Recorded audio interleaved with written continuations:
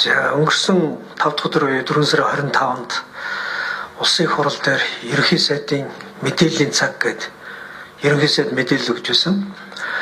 Яг тэр мэдээлэл өгж байгаа үйл явцтай холбоотойгоор улсын их хуралд гарсан намын бүлгийн бас дүгнэлт уншигдж байсан. Та бүхэн сонссон, анзаарсан бол тэр дүгнэлтийн төгсгөлд нэг үг хэлсэн. Улсын их хурал дахь ерөнхий сайдын мэдээллийн цаг гэдэг бол засгийн газрын пропагандагийн цаг болсон байна. Ерөнхий сайд юу ярих, ямар мэдээлэл өгөх гэдгээ өөрөө сонгодог бол байдал нь улсын их хурал, засгийн газар хоорондын үндсэн хуулиар хуульсан эрх мэд хуульдын зарчмуудыг бүлгэрүүлсэн байна. Парламент бол төрийн эрх хэрэгтэй байгууллага, засгийн газарт хариуцлага тооцох ийм эрх мэдэлтэй байгууллага. Ерөнхий сайд улсын их хурлын өмнө бол ажлын хариуцсан тайлгнадаг, төрийн хууль биелүүлэх ажлыг улсын их хурлын өмнө хариуцж байгаа ийм албан тушаалтан улсын их хурлаас томилогддог. Тэгээд улсын их хурлын талбарыг засгийн газрын сурталчилгаулаг пропаганда хийдэг талбарлуулахаас гадна тэр өдөр бас эмгэнэлтэй улсын их хурлын гишүүдийг доромжилдог цаг болгож хувиргасан.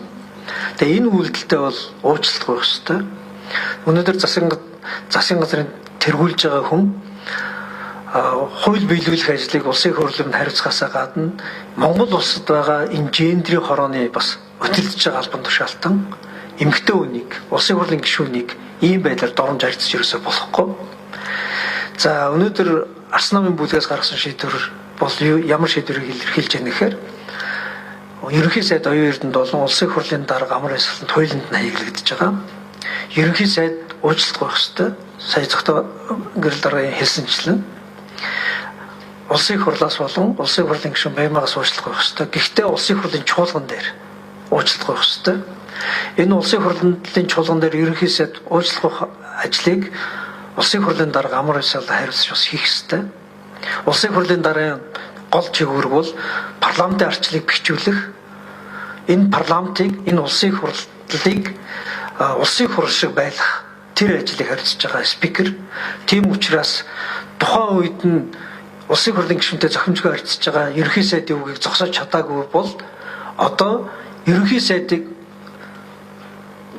уучлалт гуйх тэр ажлыг зохион байгуулах үүрэгтэй гэж үзэж байгаа.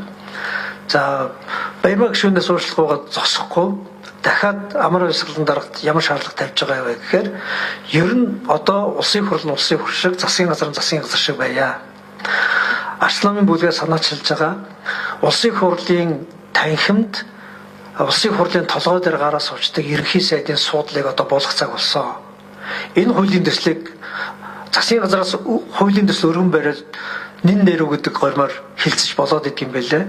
Улсын их хурл одоо нин нэрүү гормороо улсын их хурлыг улсын их хурл шиг болгож парламентын арчил, парламент ёсыг сэргээх энэ алхмыг хийх ёстой. Тийм учраас ерөнхий сайдын суудлыг доош нь буулгах ёстой.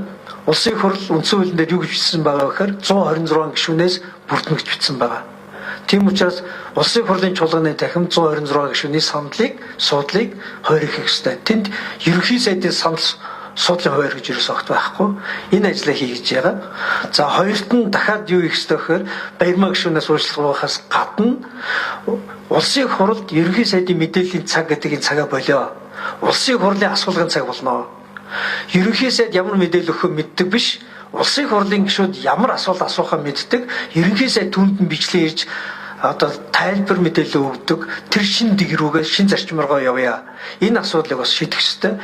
Ингэж шийдээгүй учраас л бас саяны одоо энэ зохисгүй бүтүүлэг харьцаа гарч байгаа. За гуравт нь дахиад ерөнхий сайд Баярмаг гишүүнээс уучлалт гуйх биш. Улсын их хурал дээр дахиад ямар асуудал шийдэх ёстой вэ гэхэд ерөнхий сайд нь хүртэл худлаа ярьдаг, бусдыг доромжилдгийнхаа төлөө хариуцлага хүлээдэг тэр тогтолцоотой болох ёстой. Улсын их хурал дээр чуулган дээр мэдээлэл өгж байгаа, үг хэлж байгаа төрийн албаа хаагчаад ходол ярьж байгаа бол нийтийн албанаас зайлуулагддаг, хариуцлага хүлээдэг ийм тогтолцоороо шилжиж байгаа гэж. Энэ гурвыг шийдэж парламент шиг болно, засгийн газар шиг болно, улсын их хурлын гишүүн ард түмний төлөөлөгчийн хувьд ажлаа хэн нэгний айлгын сүрдүүлэлт доромжлын дор хийхгүйгээр чөлөөтэй хийдэг болно. Парламент мэтгэлцээний талбар болж улс оронд эрүүл одоо хөгжлийн төлөө яриаг ярьдаг болноо.